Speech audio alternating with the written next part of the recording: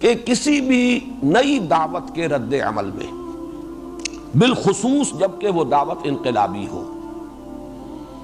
تو تین طرز عمل لازماً پیدا ہوں گے، ہمیشہ ہوئے ہیں اور آئندہ بھی ہمیشہ ہوں گے۔ ایک وہ لوگ جو اس دعوت کو اس کی فیس ویلیو پر قبول کرتے ہیں، کھلے دل کے ساتھ، پوری ہمت کے ساتھ، جرأت کے ساتھ، بات صحیح ہے لہذا ہم قبول کرتے ہیں، اور قبول بھی کرتے ہیں اس انداز میں کہ ہر چہ باد آباد، ماں کشتی دراب انداختے، اب جو ہو سو ہو،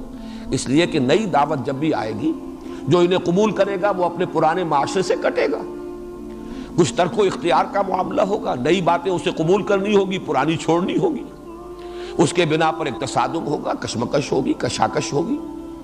یہ سارے مسائل آئیں گے۔ یہ تصادم جو ہے کبھی پیسو بھی ہو سکتا ہے، کبھی ایکٹیو بھی ہو سکتا ہے، اس میں جان کے لالے بھی پڑ سکتے ہیں، لیکن یہ کہ کچھ لوگ ہوتے ہیں کہ جب ایک مرتبہ قدم رکھ دیا، ہر چہ باد آباد، ماں کشتی دراب انداختے، اب جو ہو سو ہو، ہم نے تو اپنی کشتی پانی میں ڈال دی ہے، اب یہ کشتی تیرے گی تو ہم بھی تیریں گے، یہ ڈوبے گی تو ہم بھی ڈوبیں گے، ہم نے اپنے آپ کو اس کشتی سے وابستہ کر دیا۔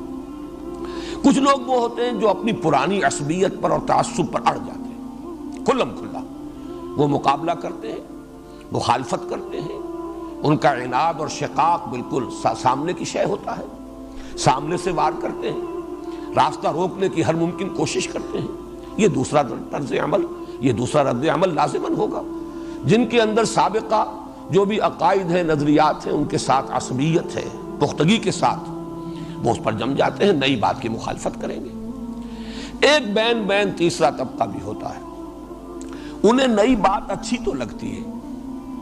لیکن اچھی بات کو قبول کر کے اب اس کے نتیجے میں جو وہ کشاکش پیدا ہوئی، اب کچھ چھوڑنا پڑ رہا ہے، کچھ نئی چیزیں اختیار کرنی پڑ رہی ہیں، پرانی دوستیاں ٹوٹ رہی ہیں، پرانی رشتہ داریاں ختم ہو رہی ہیں، گھروں میں اب کشاکش شروع ہو گئی ہے، تصادم ہے، اس میں وہ ثابت قدم نہیں رہ پاتے اور وہ مذبذب ہو کر رہ جاتے ہیں، لا الہ ہؤلاء ولا الہ ہؤلاء مذبذبین بین ذلک، وہ ان دونوں طبقات کے مابین مذبذب ہو کر رہ جاتے ہیں، نہ ادھر نہ ادھر۔ ان کی کوشش ہوتی ہے مصالحت کی، کسی طریقے سے یہ کشاکش جو ہے شدت اختیار نہ کرے، کسی طرح چلیے رواداری، مصالحت اور صلح کے انداز میں، صلح کل انداز یہ اختیار کیا جائے، تاکہ کوئی امتحان کا آخری مرحلہ نہ آئے کہ اب طے کرو یا ادھر یا ادھر۔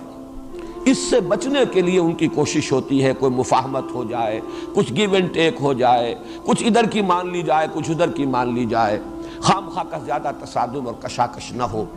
اصل میں تو ان کے پیش نظر ہے اپنا تحفظ، جان و دل عزیز ہے،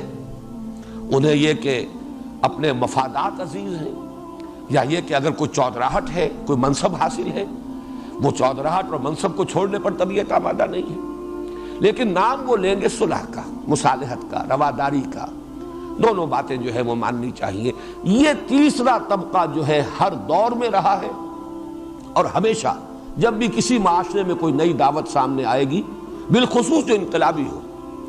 یعنی ایک ایسی دعوت بھی ہو سکتی ہے جو صرف ایک علمی اور فکری ایک خیال ہے، نظریہ ہے، جس کا اس ملک میں، اس علاقے میں جو نظام قائم ہے اس پر کوئی اثر نہیں پڑتا، وہ ایک طرح کا کلٹ ہے، وہ ایک طرح کا نظریاتی سا بس معاملہ ہے، اسکول آف تھاٹ ہے۔ لیکن ایک یہ ہے کہ جس سے کہ نظام پر زد پڑ رہی ہو، نظام کہنا کے پاسبانوں، یہ معرض انقلاب میں ہے۔ جب انقلابی دعوت آتی ہے تو وہاں ظاہر بات ہے کہ کشاکش شدید ہوگی، پولرائزیشن کہہ لیجئے وہ بہت ہی واضح ہوگا، نمایاں ہوگا، جیسا کہ میں نے عرض کیا، کچھ لوگ ہر چہ باد آباد کے انداز میں اس کو تسلیم کریں گے، قبول کریں گے، کچھ لوگ صریح اور کھلم کھلا مخالفت اور دشمنی پر اڑ جائیں گے، اور کچھ لوگ یہ بیچ کے طبقات میں ہوں گے۔ چنانچہ مکی دور میں بھی ایسا ہی ایک کردار ہے۔ ویسے تو ظاہر بات ہے کہ میں نے یہ اس سے پہلے آخری جو حصے کے درس میں دے چکا ہوں اور ریکارڈ ہو چکے ہیں، میں تفصیل سے بیان کیا ہے۔ ایک کردار ابو جہل کا تھا، کھلم کھلا معاند، سامنے سے حملہ کرنے والا۔ ایک کردار ابو لہب کا تھا، ہر خیر سے، ہر خوبی سے بالکل خالی۔ ایک ولید بن مغیرہ کا تھا۔ ولید بن مغیرہ جو ہے مصالحت، مفاہمت، ودوا لو تدہنوا فیدہنون، یہ جو سورہ نون میں آیا ہے، اور اللہ تعالیٰ کا سب سے زیادہ غضب اس تیسرے کردار پر بھڑکا ہے۔ فلا تطع المکذبین، ودوا لو تدہن فیدہنون ولا تطع كل حلاف مہین حماز مشاء بنمیم مناع للخیر معتد اثیم عتل بعد ذلك زنیم ان کان ذا مال وبنین اذا تتلی علیہ آیاتنا قال اساطیر الاولین سنسمہ علی الخرطوم. بڑے سخت الفاظ ہیں، مذمت کے لیے بھی بہت ہی اسٹرانگ ورڈز ہیں جو قرآن نے استعمال کیے ہیں، اور تقریباً اجماع اس پر کہ ولید المغیرہ کا کردار ہے. مصالحانہ کچھ دو کچھ لو، کچھ اپنی منوا لو محمد، کچھ اپنی قوم کی مان لو. یہ تصادم، یہ فساد، آخر اس کا کیا فائدہ ہے؟ گھر گھر جو ہے میدان جنگ کا نقشہ ہو گیا، آپس میں بھائی لڑ گئے، آپس میں اولاد اور والدین کے مابین جدائی ہو گئی ہے. تو یہ تیسرا کردار مکے میں بھی تھا، مصالحت کے نام پر، رواداری کے نام پر، مفاہمت کے نام پر، کچھ گیو اینڈ ٹیک کے ذریعے سے آپس میں صلح کرنے کا انداز. اور یہی پھر مدینے کے اندر بھی آیا ہے.